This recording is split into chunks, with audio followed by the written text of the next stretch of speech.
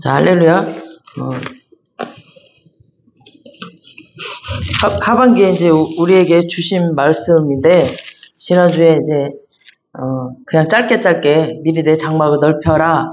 이 말씀 그냥 지나갔는데, 한번 자세하게 좀 풀어보고자 해서, 말씀을 다시 묵상하고 해서 다시 풀어보려고 합니다. 이 말씀을. 그래서, 보면은, 요 전절이 보면은, 53장에 보면은, 53장에는 뭐냐면, 대표적인 말씀이 뭐냐면은, 그가 찔림은 우리의 허물 때문이요. 뭐 그가 상함은 우리의 죄악 때문이다고 그러고, 또 그가 징계를 받음으로 우리가 평화를 누리고, 그가 채찍에 맞음으로 우리가 나음을 입었다.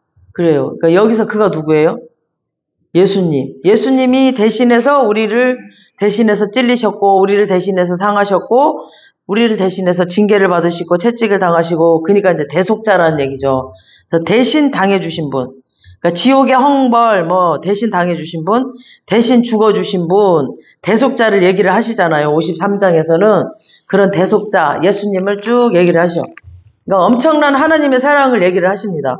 그리고 오늘 이제 54장에서는 또 엄청난 이 하나님의 자비를 이제 얘기를 하시는 거예요. 그래서 사랑과 자비, 약간 사랑이랑 자비는 비슷하지만 또 다르죠. 좀 다른 얘기. 그러니까 구원자, 그러니까 얻어 터진 것들.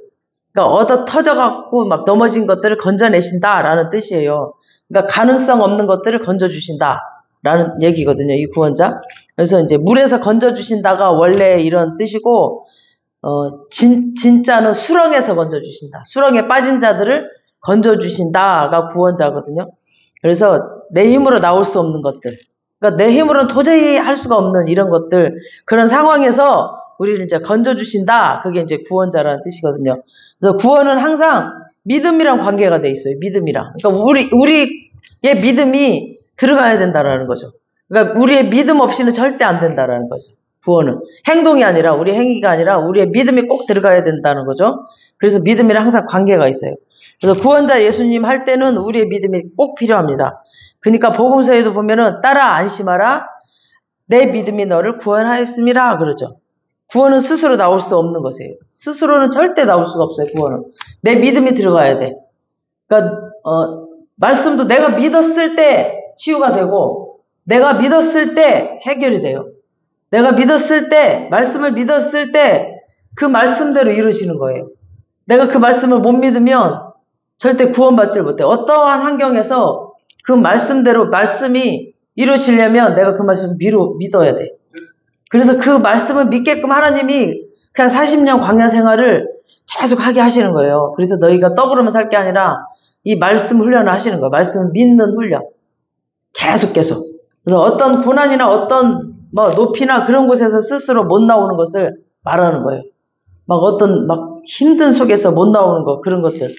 그래서 이제 불가능해서 가능하게 해주신다. 그게 구원입니다. 그래서 성경에서 제일 많이 쓰는 구원이 불임이거든요. 불임. 그러니까 아이 낳지 못하는 여자. 그러니까 막 사라도 불임이었죠. 그리고 한나도 불임. 불가능이란 말이거든요. 불가능.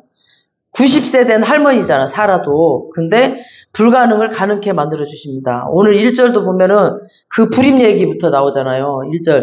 불가능을 가능케 해주신다. 구원자. 그러니까 구원은 이렇게 이루어진다. 그러니까 잉태하지 못했다. 출산하지 못했다. 했죠. 1절에. 그러니까 불가능을 먼저 얘기를 해요. 불가능해. 너희들은 불가능해. 그러니까 홀로 있는 여자는 아이가 없는 것이 당연해요. 혼자 남자가 없으니까.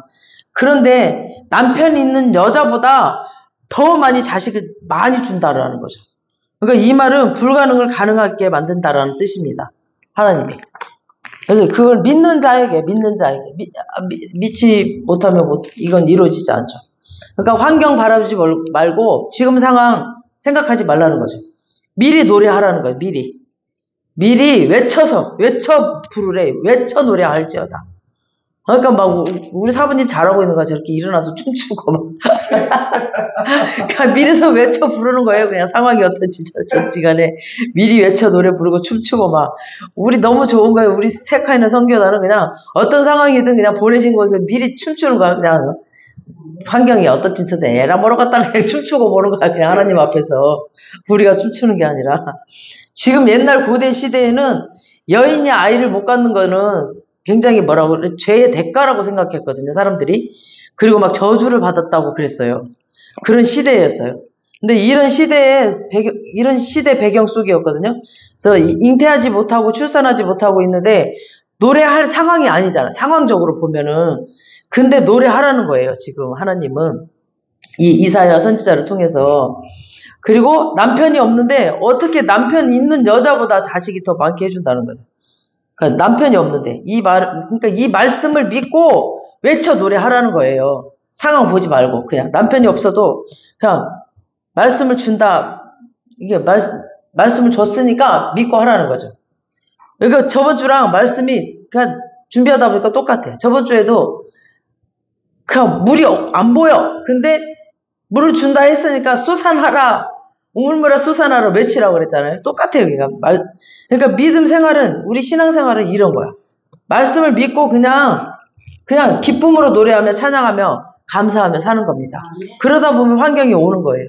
그러다 보면 병이 고쳐지고 치유가 되고 환경이 오는 거예요. 이거를 계속 하나님은 우리를 훈련을 하시는 거예요. 그래서 없는 상황을 만들고 있잖아요. 환경을 더 어렵게 만들어. 믿음이 깊어지면 깊어질수록 하나님이 그거를 우리를 훈련하고 시험하시려고 계속 고난 가운데 넣어요. 네가 끝까지 내 말씀 믿고 따라올래? 이래도 따라올래? 이래도 따라올래? 근데 중간에 넘어진 사람이 너무 많아. 끝까지 따라가야 되는데 막 중간에 넘어진 사람 너무 많아. 그래서 막 목사님들이 중간에 넘어져가지고 그냥 사역자들이 중간에 넘어져가지고 사역을 못하고 중간에 쓰러져가지고 그냥 또 세상으로 가버린 사람 너무 많잖아요. 그러면 안 돼. 끝까지 말씀 잡고 이겨내야 됩니다. 아멘. 그래서 환경과 상황 보면 절대 감사와 찬양이 안 나오지만 말씀을 근거로 해서 그냥 믿음으로 찬양하라는 겁니다. 그때 구원이 이루어진다.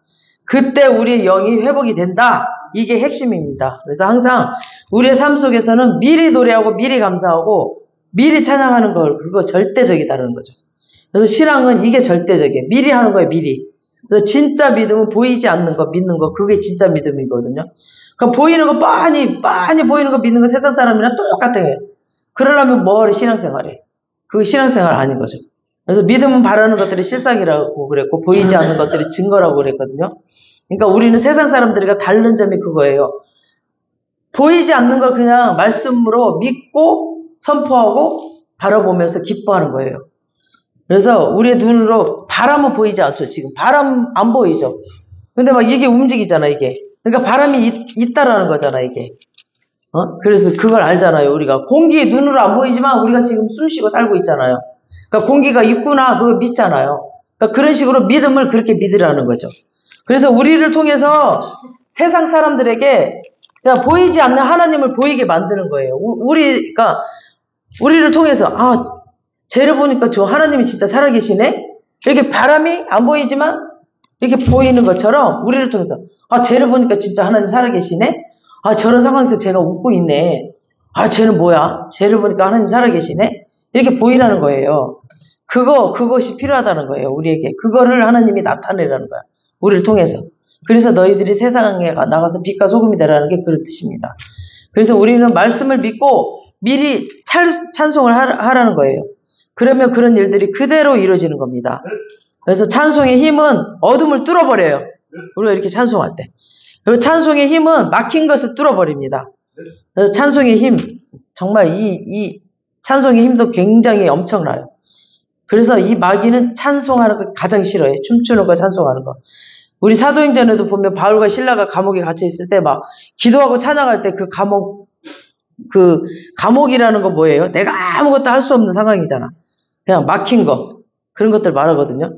근데 그런 상황에 있을 때 옥문이 열리고 차고가 다 풀려버렸어. 그리고 열리고 풀리고 그런 역사가 일어납니다. 우리가 찬양하고 춤추고 할 때 우리 삶 가운데 열리고 풀리는 역사가 일어날 줄로 믿습니다. 아멘. 그리고 역대하 20장에도 보면은 연합군들이 쳐들어오니까 막 그때 당시 여호사밧이 막 금식하면서 막 하나님께 기도하고 그랬어요. 기도를 했는데도 너무 막 두려워. 그러니까 역대하 20장 21절에 보면은 막 백성들과 노래하는 자들을 택해요.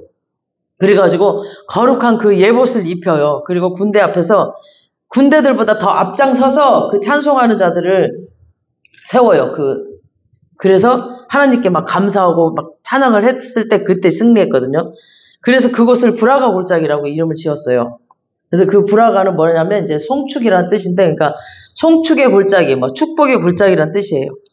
그래서 그 이름을 그렇게 브라가 골짜기라고 이름을 지었어요. 그래서 다윗은 군대를 만드는 것만큼 찬양대를 많이 만들었어요. 그리고 그 찬양대 만드는 걸 굉장히 중요시했어요. 그래서 그 다윗의 찬양대가 288명이나 되었잖아요. 그때 당시. 그 다음에 이제 포로로 끌려갔다가 돌아왔을 때도 그 수룹바벨 성전 짓고 난 다음에 찬양대 만들었는데, 우리 에스라 2장 41장 한번 띄워줘 보세요. 시작. 노래하는 자들은 아삽 자손이 128명이요. 그러니까 128명을 만들었어요. 이렇게. 그러니까 찬양이 굉장히 중요해요. 그래서 찬양단들을 이렇게 많이 만들어요. 그러니까 굉장히 찬양이 살아있는 교회, 이렇게 춤이 살아있는 교회가 그래서 건강한 거예요. 이 마귀가 접근을 못 하거든. 그래서 예전에 저도, 제가 이제 그 부산에 선교를 갔을 때인데, 저랑 함께 이렇게 구역 예배를 드리던 집사님이었는데, 그 병원에 입원을 했어요. 근데 남자 2분하고 여자 1명하고 계속 밤새도록 그 헌혈을 했는데, 그 헌혈을 통해서 이게 악한 마귀가 들어간 거야. 그래가지고 계속 헛것을 보고 막 이러면서 잠을 안 자는 거예요. 근데 잠을 안 자고 막 힘이 얼마나 센지 남자 2, 여자 1명을 제어를 못하고 잠을 안 자고 얼마나 힘이 센지.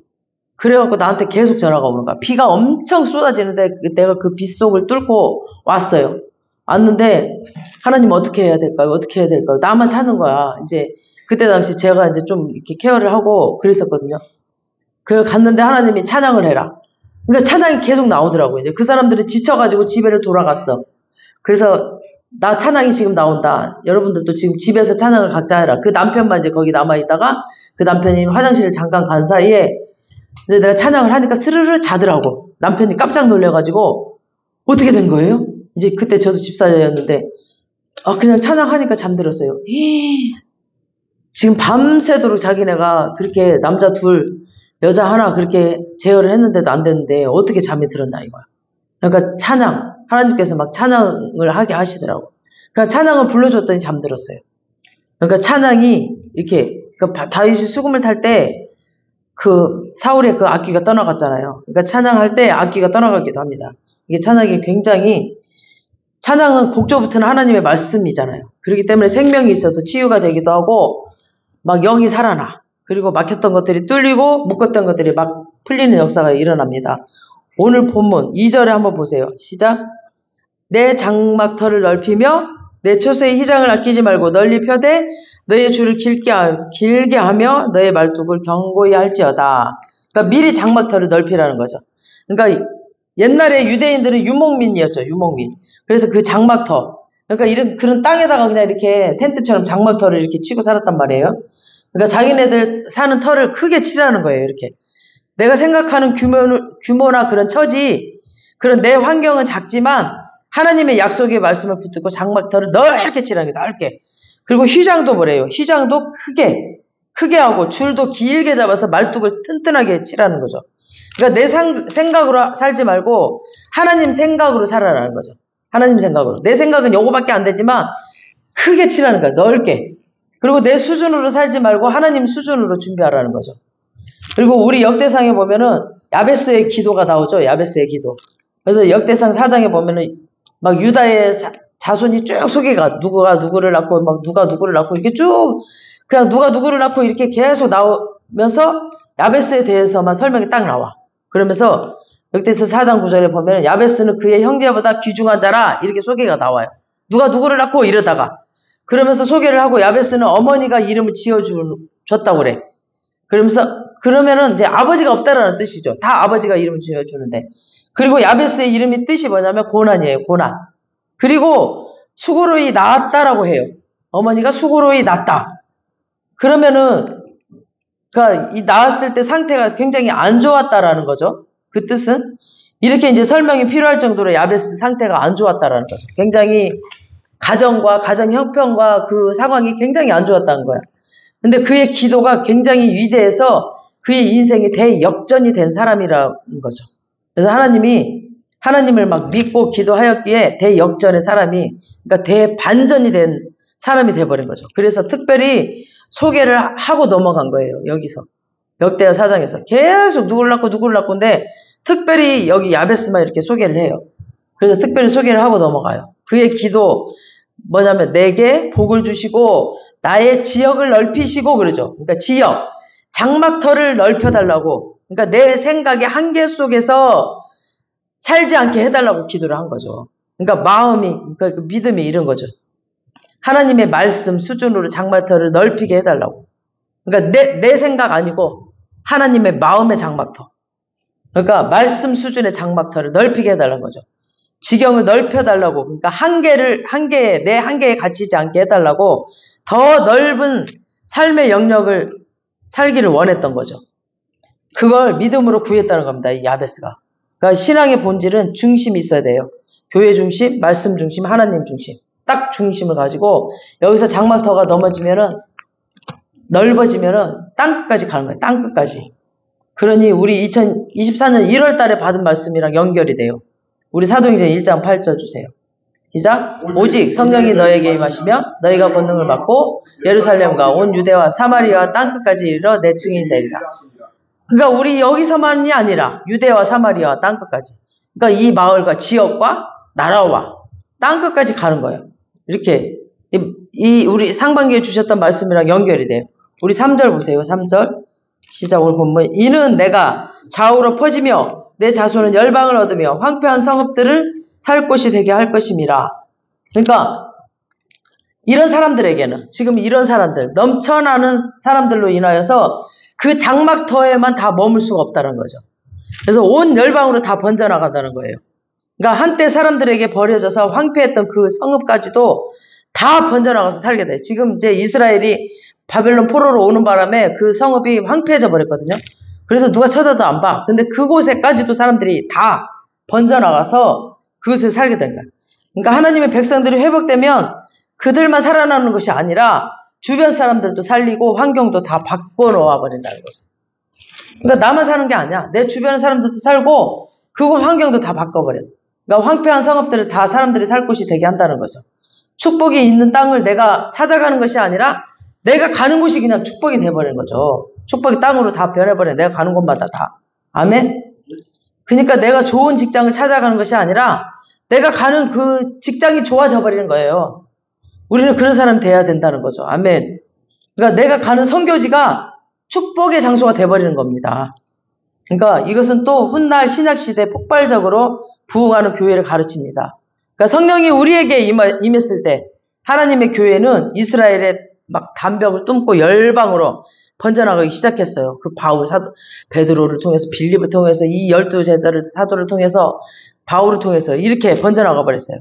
그러니까 우리가 그런 사람이 되어야 됩니다. 우리가 이 연예인 교회만 있다가 우리 지금 신학생들이 2분이서 또 이제 신학을 하고 지금 번져나갔죠 벌써. 그리고 이분들이 또 열방으로 나가고, 그리고 또 우리 권사님, 집사님들, 또 우리 회사원들이 지금 우리 자매님들, 또 우리 자매 다 회사원들이, 또 그네 학생이 다 여기 연예인교회만 아니라 나가서 다 이런 식으로 그곳을 다 축복의 자리로 만드는 거예요. 여러분들이 거기 가서 막 우리가 축복의 장소를 찾는 게 아니라 우리가 축복이 되는 거죠. 그러니까 근데 사실 이때 상황은 어떤 상황이었냐? 지금 이 말씀을 받을 때 상황이 어떤 상황이었냐? 바벨론 포로의 상태였거든요. 지금 이 바벨론 포로에 된 상태여서 인구는 계속 줄어들고 있어요. 이스라엘 백성들이 막 점점점 줄어들고 있었고, 이스라엘 백성 막 지상에서 없어질 것 같고, 나라는 없어져 버릴 것 같은 상황이었어요. 그러니까 완전히 망해버릴 것, 이스라엘이란 나라가 없어질 것 같은 상황이었어요. 그러니까 이제 눈에 보이지 않은 것 같은 그런 상황이었어요. 그래서 하나님이 그들을 격려하십니다. 4절 시작. 두려워하지 말라. 내가 수치를 당하지 아니하리라. 놀라지 말라. 내가 부끄러움을 보지 아니하리라. 내가 젊었을 때의 수치를 잊겠고 과부의 때의 치욕을 다시 기억함이 없으리니. 그러니까 두려워하지 말라, 놀라지 말라 하시면서 하나님이 네가 수치를 당하지 않을 거라고 하십니다. 그러니까 젊었을 때 수치는 뭐예요? 과거 애굽 생활.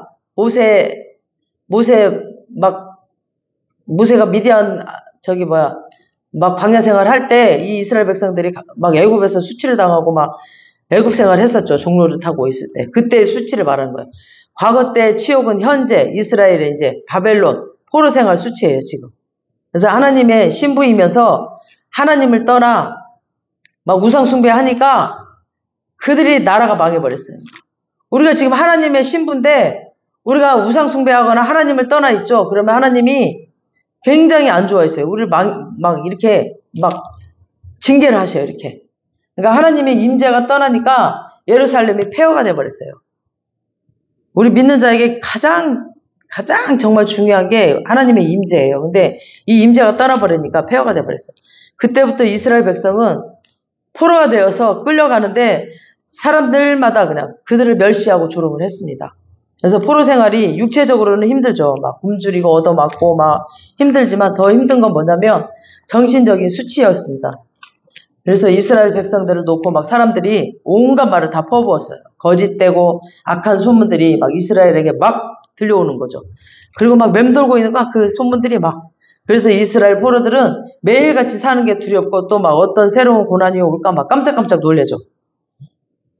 육체적인 고난보다 더 힘든 것이 계속되는 정신적인 스트레스였죠.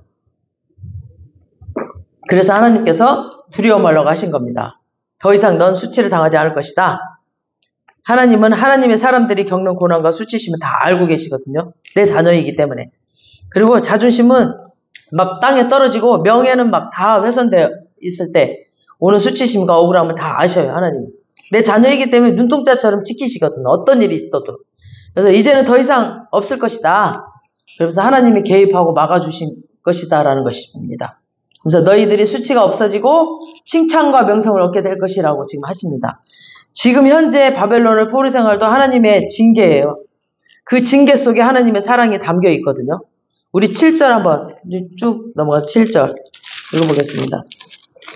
시작. 내가 잠시 너를 버렸으나 큰 긍휼로 너를 모을 것이요. 그러니까 하나님이 이스라엘 백성을 바벨론 포로로 이제 끌려가게 하신 것은 그들을 죽이기 위함이 아니에요. 절대.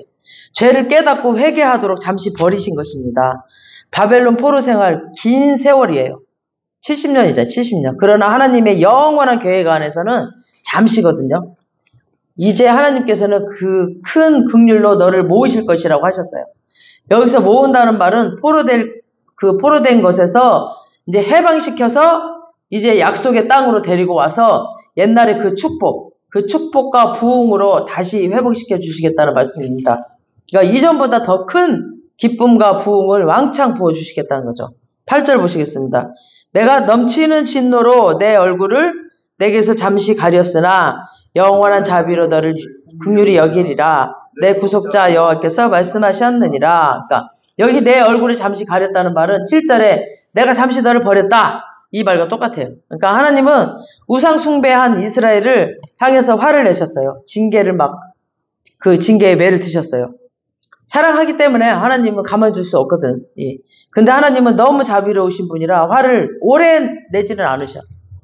그래서 우리 시편 30편 5절 한번 보시겠습니다. 시작. 그의 노여움은 잠깐이요 그의 은총은 평생이로다. 저녁에는 울음이 깃들일지라도 아침에는 기쁨이 오리로다. 아멘. 그러니까 우리가 잘못하면 하나님이 화를 내세요. 하나님 우리를 사랑하시기 때문에. 우리 부모들도 자녀들을 그냥 가만 안 놔두잖아요. 화를 내시잖아요. 그렇지만 그 노여움이 잠깐이라는 거죠. 그래서 이제 중요한 것은 바벨론의 70년 포로 생활이 이스라엘의 죄를 이제 징계했다는 사실인데 그 징계의 무게가 그 우리의 죄에 비해서는 훨씬 가볍다는 사실입니다. 그래서 사실 이스라엘은 그 수백 년이 넘도록 그냥 우상 숭배하면서 온갖 죄를 다 저지르면서 그냥 하나님의 속을 썩였거든요. 그런데 징계의 매는 고작 바벨론의 70년 포로뿐이었습니다. 그러니까 사형을 받아야 할 마땅한 그런 죄인을 한 2, 3년 지적 주고 끝났다는 거죠. 그러니까 그래서 70년 생각하면 막 억울하고 힘들지만 그들이 지은 죄에 비하면은 아무것도 아닌 거라는 거죠. 그래서 우리의 죄만큼 벌하지 않은 그 하나님의 징계의 그 채찍을 맞으면서 하나님의 마음을 빨리 이제 깨달아야 되죠. 그래서 징계 속에서는 하나님한테 원망하고 포기하는 게 아니라 아버지의 마음을 빨리 깨닫는 게 중요합니다. 히브리서 12장 5, 6절 시작. 또 아들에게는 벌하는 것 같이 너에게 권면하신 말씀이저도다 일렀을 때 내 아들아 주의 징계하심을 경히 여기지 말며 그에게 꾸지람을 받을 때 낙심하지 말라. 주께서 그 사랑하시는 자를 징계하시고 그가 받아들이시는 아들마다 채찍질하시니라 하였느니라. 아멘. 그러니까 아버지의 마음을 깨닫는 것이 빠르면 빠를수록 징계의 시간이 짧아집니다. 회복의 시간도 빨라지고, 그리고 모세는 40년 걸렸고, 다윗은 한 1, 2년 걸렸고, 요나는 3일 걸렸어요. 그러니까 징계의 기간이 있어요, 사람마다. 그러니까 하나님의 사람들, 믿음의 영웅들도 자칫 잘못해서 막 교만해지고 막 안일해져서 죄에 빠지는 때가 있어요. 그러면 징계의 채찍을 받고 회개한 뒤에 돌아옵니다. 그래서 놀랍게 하나님께 굉장히 크게 쓰임을 받습니다. 요나도 그 대표적인 인물인데, 요나는 이제 자기 백성들에게 복음을 전하라고 했을 때 잘했어. 근데 이제 막 자기의 적들 있잖아. 막 자기를 괴롭히고 막 힘들게 하는 그 자들에게 그 아수르, 니누에 가서 복음을 전하라 하니까 불순종하고 도망갔어. 자기를 괴롭히고 막 힘들게 하는데 막 자기는 그 죽어버렸으면 좋겠는데 그들한테 복음을 전하래. 그러니까 싫은 거죠. 그러니까 하나님의 사람이지만 하나님께 불순종할 때가 있거든요. 사람이니까. 그때 하나님께서 폭풍의 바다에 요나를 팍 던져버려요. 물고기가 요나를 삼킵니다. 그러니까 멀쩡히 있는 사람을 물고기가 삼키면 재앙인데, 막 폭풍이 막 바다에 막 있는 사람이 물고기가 삼키는 것은 재앙 중에 은혜죠. 어? 물고기 뱃속에 촉촉하고 캄캄하고 힘들지만 바다 속에 빠져 죽는 것보다 훨씬 낫지. 막 폭풍이 막 난리가 치는데. 그래서 하나님의 징계가 오히려 우리의 그 최악의 상황에서 보호해 줄 수 있어요. 그래서 캄캄하고 촉촉하고 냄새나는 이 물고기 뱃속에 그 요나의 옛사람의 그 자아가 깨지는 그런 성령의 새 사람으로 거듭나는 그런 연단의 장소였어요. 그러니까 누구나 그런 연단의 장소가 있어요. 그러니까 요나는 능력이 부족한 사람이 아니었거든요. 마음가짐이 잘못된 사람이었어. 그래서 옛사람이 너무 살아있었어요. 옛사람이. 그러니까 옛 자아가. 그래서 거기서 자기 자존심이 깨어지고 막 세상적인 방법으로 막 하나님에게 하던 것들이 다 부서지고 정결해지는 곳이 바로 그 물고기 뱃속입니다. 그래서 하나님의 일은 세상 방식, 세상 생각, 막 세상 가치관으로 하면 안 돼요. 그것이 다 깨어지고 부서져야 되기 때문에 하나님이 그곳에 가두어 깨트리고 부서뜨리는 겁니다. 그곳은 무덤이 아니라 하나님이 우리를 연단하게 하시는 풀무불이에요. 그래서 우리를 죽이기 위한 것이 아니라 정결하게 만드는 곳입니다. 그곳은. 그래서 우리가 하나님의 사람이라고 하면서 막 너무 세상적인 방식과 생각으로 하나님의 일을 하려고 하고 막 너무 인간적인 자아가 시퍼렇게 살아있으니까 깨고 부시고 하나님께서 이렇게 정결하게 하시는 곳이 바로 물고기 뱃속입니다. 그러니까 이게 징계의 시간입니다. 우리 히브리서 12장 11절에서 13절 시작. 무릇 징계가 당시에는 즐거워 보이지 않고 슬퍼 보이나 후에 그로 말미암아 연단받은 자들은 의와 평강의 열매를 맺느니라. 그러므로 피곤한 손과 연약한 무릎을 일으켜 세우고 너희 발을 위하여 곧은 길을 만들어 저는 다리로 하여금 어그러지지 않고 고침을 받게 하라. 이 연단받는 가정에서 막 쓰러지는 사람 너무 많아요. 그러니까 일어서야 돼. 막 절름발을 입고 막 일어서야 돼. 고침받기를 위하고 일어야 돼. 징계를 받을 그 당시에는 너무 슬프죠. 막 피눈물 나고 아파요. 그리고 막 진짜 화나고 힘들어요. 저도 한 10년 걸렸던 것 같아요. 그 연단받는 시간이. 막 너무너무 힘들고, 막 너무너무 힘들었죠. 의와 평강의 열매를 바라보면서 이겨내야 돼. 근데 막 연단이 계속되니까 막 이게 낙심이 될 때가 많아요. 근데 말씀을 보면은 이제 막 힘이 생기고, 말씀을 보면은 이렇게 소망이 생겨. 근데 그걸 처음에는 모르니까, 누가 안 가르쳐 주니까 몰랐어요. 근데 저는 이렇게 가르쳐 주잖아요, 여러분. 말씀을 보라고. 그래서 말씀으로, 이 소망이 말씀 안에 다 있으니까, 말씀으로, 이 안에 소망이 다 있으니까 이겨내세요. 그러면은, 이 의와 평강이 이 안에 열매가 다 있어. 그러면 이겨내시면 돼요. 그래서 이 징계가 끝이 아니라 정결케 하고 깨끗하게 하고, 또 하나님이 쓰시기에 합당한 그릇으로 만드는 과정이에요.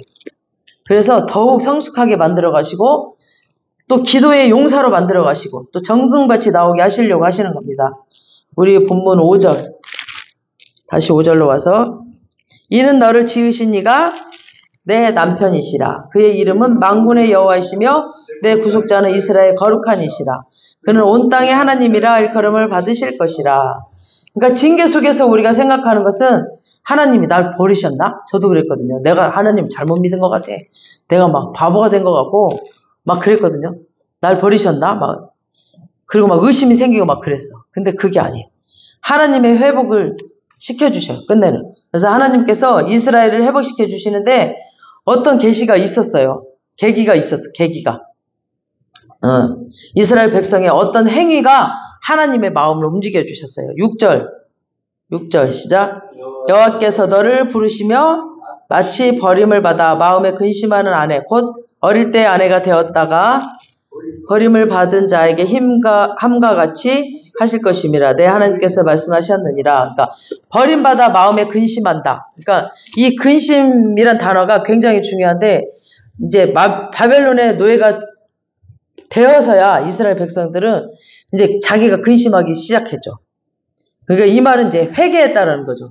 아, 내가 왜 노예가 됐을까? 우리가 왜 이렇게 바벨론 포로 생활을 이렇게 오래 하게 되었을까? 이렇게 근심하면서 그때부터 이제 회개를 하기 시작한 거죠. 그러니까 우상 숭배의 죄로 인해서 하나님의 백성이면서 이제 너무나 세상적으로 살아온 막 우상들을 방치하고 막 세상적인 종교 의식 가지고 막 예배드리던 그들이 가식적인 그 믿음이 얼마나 잘못된 것인가를 자기네가 그런 것 때문에 지금 나라가 망하고 말았구나. 이거를 깨닫게 된 거죠. 그래서 바벨론의 포로로 이제 끌려가고 나서야 하나님을 마치 자기네가 이제 액세서리로 이제 막 무슨 액세서리로 알고 그냥 하찮은 것으로 알고 그냥 알라딘 램프처럼 하나님 나 이거 해주세요. 하나님 나 이거 들어주세요. 아 무슨 하나님이 이래. 막 이러면서 예배도 하나님을 막 신령과 진정으로 드리는 것이 아니라 막 종교 의식만 가지고 드리고 막 이렇게 마치 자기 자랑처럼 막 자기 자랑하러 나온 것처럼 막 아 나는 하나님이 이렇게 우리 아들을 이렇게 해줬고 이렇게 해줬고 이렇게 해줬다고 막 이러면서 막 앉아서 얘기하는 거 보면 막 큰 교회들 가면 막 커피숍에 앉아가지고 막 바벨론 포로로 끌려가고 나서야 알았다는 거죠 이게. 버림받아 마음에 근심하는 아내는 마침내 회개하며 뉘우치는 이스라엘 백성의 모습이에요. 그래서 그들이 피눈물을 쏟으면서 회개하기 시작했습니다. 그랬더니 하나님이 그 회개를 받으시고 회복시켜 주시는 겁니다. 그래서 하나님은 우리의 죄가 주홍같이 붉을지라도 눈과 같이 희게 하신다고 그랬거든요. 그러나 반드시 회개라는 그릇을 통해서 회복시켜 주십니다. 회개 없이는 안 되고. 그래서 이 말씀 또 하반기에 같이 주셨잖아요. 우리 역대하 7장 14절. 시작. 내 이름을 일컫는 내 백성이 그 악한 길에서 떠나 스스로 경배하고 기도하여 내 얼굴을 구하면 내가 하늘에서 듣고 그 죄를 사하고 그 땅을 고칠지라. 그러니까 하나님의 백성들도 하나님께 기도 안 하고 세상적으로 막 살다가 징계를 받고 고난의 늪에 들어갈 수 있거든요. 사람인지라 연약하기 때문에 그럴 수 있어요. 이때 살기 위해서 회개해야 되는데 열왕기하 7장 14절에서 회개의 중요한 3가지를 지금 가르쳐주고 있죠. 뭐라 그래요? 첫째, 악한 길에서 떠나라. 둘째는 뭐예요? 스스로 낮추어 겸손하라. 셋째는 기도하며 하나님의 얼굴을 찾으라 그랬죠. 그러니까 회개는 그냥 울고 짜고 그냥 막 하나님 잘못했습니다. 이게 회개 아니라 그랬죠. 그냥 하나님 앞에서 잘못했습니다. 인정했으면 그 악한 길에서 떠나야 돼. 그러니까 다시는 그 일을 안 해. 돌아서야 돼. 다시는 그런 악한 길을 하면 안 돼. 아버지 이제 다시는 술 안 먹겠습니다. 이게 막 그게 아니라 안 먹어야 돼. 계속 악한 짓을 하면 안 돼. 그러니까 그 이제 그 율법적으로 이제 다른 사람이 먹지 마세요. 이건 율법이지만 자기 자신이 결단을 했으면 안 해야 된다 이거죠. 그러니까 하나님이 나 잘못했어. 이렇게 했으면은 하면 안 된다 이거죠. 내가.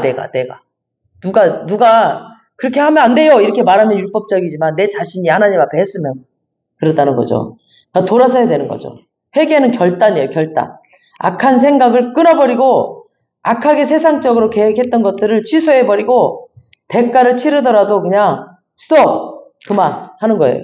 돌아서야 되는 거죠. 시간이 걸리고 돈을 좀 잃더라도 그냥 돌아서는 거죠. 취소해야 됩니다. 악한 행실들을 중단해야 되는 거죠. 그러니까 하나님의 사람이라고 하지만 기도하지 않고 사랑하지 않고 감정적으로 이성적으로 세상적으로 잘못된 막 동기로 해왔던 일들을 다 중단하고 다시 시작해야 돼요. 다시. 베드로가 그랬잖아요. 겟세마네에서 기도해야 할 때 기도하지 않았어요. 그래서 군병들이 막 몰려왔을 때 예수 잡으러 몰려왔을 때 막 칼로 반응을 해버렸어. 칼로 딱 사람 귀를 탁 잘라버렸죠. 기도하지 않으니까 막 세상적으로 반응을 해버렸어요. 기도하지 않고 막 어떤 일을 당하면은 육적으로, 세상적으로 반응을 해요. 그때 예수님께서 칼을 칼집에 다시 꽂으라! 라고 하셨죠. 이게 악한 길에서 돌아서는 겁니다. 우리가 기도하지 않고 막 육적으로 행한 것, 당장 취소하라는 거죠. 되돌리라는 겁니다. 인간적인 힘을 의지하여 하지 않고는 하는 것, 세상적인 방법으로 한 것들 다 취소하라는 거죠. 그러니까 중단하고 기도하면서 다시 시작해라. 그것이 회개라는 겁니다. 악한 길에서 돌아서라. 하나님은 우리들의 악한 길에서 돌아서고 취소하고 버리는 것, 이런 변화의 삶을 하나님께서 원하십니다. 우리가 변화된 걸 원하세요. 우리가 하나님을 믿었으면. 그리고 그 변화된 삶이 하나님을 믿었다는 증거잖아요. 우리가 변화되지 않고 똑같이 살면 하나님을 믿었다는 증거가 없잖아. 우리가. 그 다음에 회개의 두 번째는 스스로를 낮추어 겸손이에요. 겸비하여. 그러니까 자신의 부족함을 인정하는 거예요. 하나님 나 조금만 도와주세요. 이게 아니라 하나님 나는 아무것도 할 수 없습니다. 두 손 두 발 다 드는 거죠. 나는 오직 하나님 은혜로만 살겠습니다. 그래서 막 진정으로 회개는 하나님을 향한 목마름이에요. 목마름. 그래서 진짜 겸손한 자가 회개할 때 막 눈에서 피눈물이 납니다. 그래서 막 교만한 자는 결코 회개할 수가 없어요. 그래서 가장 뜨거운 회개는 진짜 우리가 망했을 때 터져요. 망했을 때. 진짜 망해봐야 이 회개가 뭔지를 알아요. 회개는 겸손입니다. 그래서 하나님이 막 진짜 회개의 사람으로 만들려면 망하게 하시더라고. 저도 쫄딱 망하고 이걸 알았어요. 쫄딱 망하고 아무것도 없을 때 이걸 알았어요. 우리 이사야 66장 2절 시작. 나 여호와가 말하노라. 내 손이 이 모든 것을 지었으므로 그들이 생겼느니라. 무릇 마음이 가난하고 심령에 통해하며 내 말을 듣고 떠는 자 그 사람은 내가 돌보려니와. 그러니까 여러분 마음이 가난하면 심령이 통해하며 여러분은 하나님이 돌보실 줄 믿습니다. 그래서 하나님은 겸손해질 때까지 막 매를 드셔서 하나님의 자녀를 꺾어 놓아요. 그래서 저도 제가 잘나서 세상에서 돈도 잘 벌고 제가 잘하는 줄 알았거든요. 근데 하나님이 진짜 막 꺾어 놓더라고. 끝까지 완전히 그냥.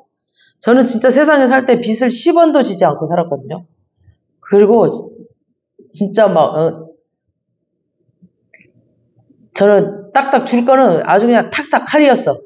줄 거 빨리빨리 주고 받을 거 빨리빨리 받고 이거였어. 10원이라도 줄 건 빨리빨리 갚아야 돼. 그리고 받을 거 10원이라도 받고, 그리고 내가 공짜로 줄 건 100원이라도 100만 원이라도 내가 줄 건 줘. 내가 주고 싶은 거 줘. 근데 받을 건 10원이라도 받을 건 빨리 받아야 돼. 계산해서. 그러니까 굉장히 그랬던 사람이었어. 근데 하나님이 완전히 낮춰버리니까 돈이 없으니까 못 주겠더라고. 10원도. 그러니까 완전히 나를 꺾어놔 버리더라고, 이렇게. 그래서 겸손하게 만들어서 이렇게 그래 매를 들어가지고 완전히 겸손하게 만들어버리더라고. 그러니까 회개의 세 번째 단계는 기도하면서 하나님의 얼굴을 찾는 겁니다. 회개한다고 그러면서 기도하지 않는 건 말이 안 되는 거죠. 말이 안 되는 거죠. 그러니까 하나님의 얼굴을 구한다는 것은 하나님의 자비를 구한다는 겁니다. 진짜 부서지고 가난한 마음이 되면은 하나님 앞에서 자기 죄를 그냥 핑계하거나 합리화시키지 않아요. 그냥 회개는 그냥 깔끔해요. 그냥 진짜 제가 잘못했습니다. 제가 죄인입니다. 그냥 변명이 없어요. 그런데 그냥 자기를 자꾸 설명을 하고 합리화하고 있으면 그거는 아직 덜 깨진 거죠. 회개하는 사람은 진솔하고 하나님의 용서를 구하면서 하나님의 얼굴을 구합니다. 그 피를 토하는 자기 고백이 있어요. 진짜 이 속에서부터, 뱃속에서부터 진짜 똥물까지 토해낼 정도로 나오더라고. 저도 그 회개가 다 나오고, 진짜 이 강아지한테 하는 것까지 다 나오더라고. 그 회개가. 진짜 너무너무 잘못한 것들이 다 나오더라고. 진정한 회개는 자기 죄를 회개하는 겁니다. 그래서 이스라엘 백성이 70년 바벨론이란 그 징계 속에서 깨닫고 부서지고 깨지고 회개하는 모습을 하나님이 보시고 다시 회복시키겠다고 했습니다. 그리고 내가 너에게 자비를 베풀어 주겠다고 이사야 선지자를 통해서 지금 약속해 주신 말씀입니다. 마지막 우리 10절 보시겠습니다. 오늘 본문 24장 10절 시작. 산들이 떠나며 언덕들을 옮겨질지라도 나의 자비는 내게서 떠나지 아니하며 나의 화평의 언약을 흔들지 아니하리라. 너를 긍휼히 여기시는 여호와께서 말씀하셨느니라. 아멘. 그러니까 만약에 산들이 무너지고 언덕이 옮겨지고 그런 천재지벽이 뭐 어떤 일들이 있을 수 있다. 그런 놀라운 일들이 일어난다 할지라도 나는 너희를 떠나지 않을 것이고 우리가 맺은 화평의 언약 그거 절대 흔들리지 않다. 그 언약 내가 지킬 것이다. 이건 내가 너희를 향한 긍휼이다라는 겁니다. 이게 하나님의 자비라는 거죠. 그래서 하나님이 우리 교회를 향한 긍휼하심과 자비하심이 있습니다. 불가능한 상태에서 가능케 하시는 하나님이십니다. 그래서 내 환경이나 상황 보고 내 한계에 그런 갇히지 않고 하나님의 말씀 붙들고 내 한계를 넘어서 미리 찬양하며 선포하며 장막을 넓히라는 겁니다. 그래서 하나님의 말씀, 이 하나님의 징계를 통해서 또 깨뜨리시고 부서뜨리셔서 하나님의 그 쓰시기에 합당한 그릇이 되어서 이제 정말 열방으로 내보내실 거라고 지금 준비가 되었다라고 지금 하나님께서 그러시면서 우리의 회개와 통회를 받으시고 정결케 하게 하셔서 깨끗한 그릇이 되어서 정말 이곳에서만 지금 우리가 머물 수 없어서 더 큰 열방으로 내보내실 것이라고 지금 하신 주님. 이제 세계 선교회 저에게도 12문을 주시면서 세계 선교회 문을 열어주신다고 하셨잖아요. 그래서 12문, 세계 선교의 문이 지금 활짝 열 것이라고 지금 우리에게 주셨어요. 그래서 너희들이 가서 그 복음을 전할 때 많은 영혼들이 살아나고 회복되고 또 황폐했던 그 땅들이 다 축복의 땅으로 변할 것이라고 주시는 오늘의 말씀 아멘으로 받고 나아가는 연예인교회 모든 성도 여러분 되시길 주님의 이름으로 축복합니다. 아멘. 자, 우리 이 주님의 손길, 주님께서 행하실 이 주님의 손길을 찬양하면서 기도하시겠습니다. 이거 어떻게 들어요? 주님의 손길.